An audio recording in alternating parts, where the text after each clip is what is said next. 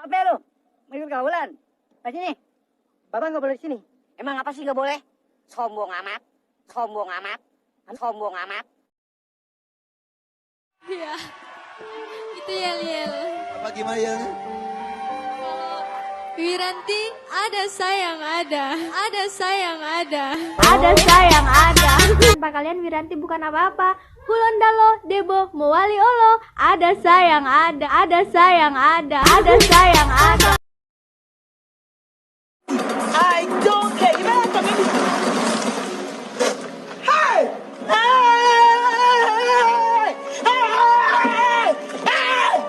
Why are you running? Why are you running? Yeah? You owe me money. You have to give me back my money. Which money? I owe you which money? Oh, because I'm running for you, eh? Now let me tell you something, Mr. Man. I'm only running because... Memang lagi manja, lagi pengen dimanja, pengen berjuang sama dirimu saja. Oh sakit goblok.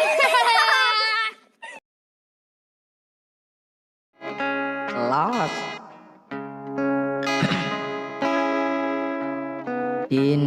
Dina rika sukuhi barang. Dina sing tau nika sayang. Rasul putih jero hatiku. Jero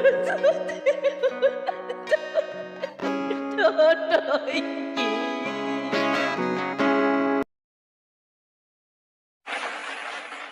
Bintang kecil di langit yang biru, hoi, amat banyak menghias angkasa.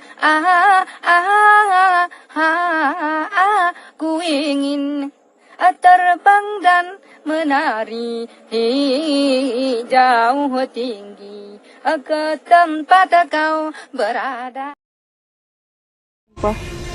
Selama ini guys, bapaknya ada anjir, emang mejanya panjang.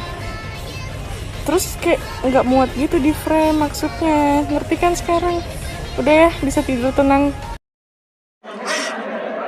Oh no.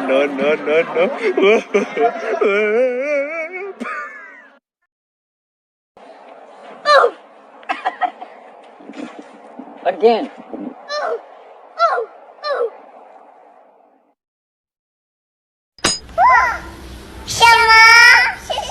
Mama.